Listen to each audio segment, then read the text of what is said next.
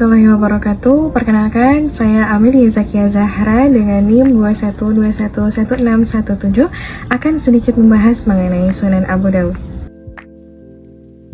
Pembahasan yang pertama ialah mengenai biografi dari Imam Abu Daud, di mana nama lengkap dari Imam Abu Daud ialah Abu Daud Sulaiman bin Al-Ash'as bin Ishaq bin Bashir bin Shidad bin Imran Al-Azi Al-Sijistani. Beliau lahir di Sijistan, suatu kota di Basrah pada tahun 202 Hijriah. Sejak kecil, Abu Daud sudah sangat mencintai ilmu dan suka belajar karena kedekatannya dengan para ulama. Sebelum menginjak usia dewasa, ia sudah mulai mempersiapkan diri mengembara ke berbagai negeri. Begitu dirasa umurnya cukup, Abu Daud pergi untuk belajar dengan para ulama yang ditemuinya seperti di Hijaz, Syam, Mesir, Irak, Sagar, dan Khorasan. Pengembaraannya itu bertujuan untuk mendapatkan hadis sebanyak-banyaknya yang kemudian diseleksi dan ditulis pada kitabnya. Mengenai latar belakang penyusunan dari Sunan Abu Daud ini, di mana Abu Daud menyusun kitab Sunan saat ia tinggal di Tarsus selama 20 tahun. Ia memilih sekitar 4.800 hadis dari 500 hadis yang dicatat dan dihafalkan. Namun, sebagian ulama juga ada yang berbeda pendapat mengenai hal ini. Ada juga yang berpendapat bahwa isinya ini hanya 5.274 hadis.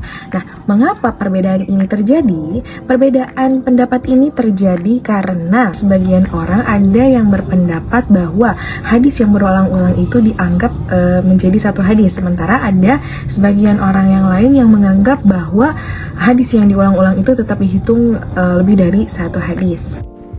Selanjutnya mengenai sistematika penulisan dari kitab Sunan Abu Daud, di mana Imam Abu Daud dalam menyusun kitabnya menganut sistematika atau urutan bab fikih yang dapat memudahkan pembaca, yaitu ketika pembaca akan mencari hadis-hadis yang berkaitan dengan masalah tertentu.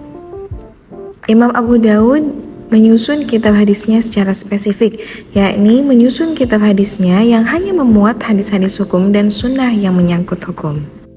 Pembahasan selanjutnya mengenai metode penulisan kitab Sunan Imam Abu Daud. Imam Abu Daud cukup puas dengan 1 atau 2 hadis dalam setiap bab pada bukunya karena menurutnya suatu persoalan dapat diselesaikan dengan hanya menggunakan 1 atau 2 buah hadis yang berkenaan dengannya. Baik hadis yang digunakan dalam pemecahan suatu persoalan pada dasarnya hanyalah sebagai pendukung kepada hadis pokok. Pembahasan selanjutnya ialah mengenai penilaian ulama terhadap kitab Sunan Abu Daud. Salah satu penilaian ulama ialah seperti menurut Al-Khattabi, beliau berkata bahwa kitab Sunan Abu Daud adalah sebuah kitab yang mulia yang belum pernah disusun sesuatu kitab yang menerangkan hadis-hadis hukum sepertinya. Para ulama menerima baik kitab Sunan itu, karenanya ia menjadi hakim antara fuqaha yang berlainan atau berbeda mazhab. Kitab inilah yang dipegang oleh para ulama Irak, Mesir, Maroko, dan lain-lain. Abu Daud lah yang mula-mula menyusun kitab hadis yang mengumpulkan hadis-hadis hukum. Oleh karenanya, Sunan Abu Daud mendapat kedudukan yang tinggi di kalangan ulama hadis. Baik, cukup sekian yang dapat saya sampaikan. Mohon maaf atas segala kekurangannya. Semoga ada hikmah atau pembelajaran yang dapat diambil. Wassalamualaikum warahmatullahi wabarakatuh.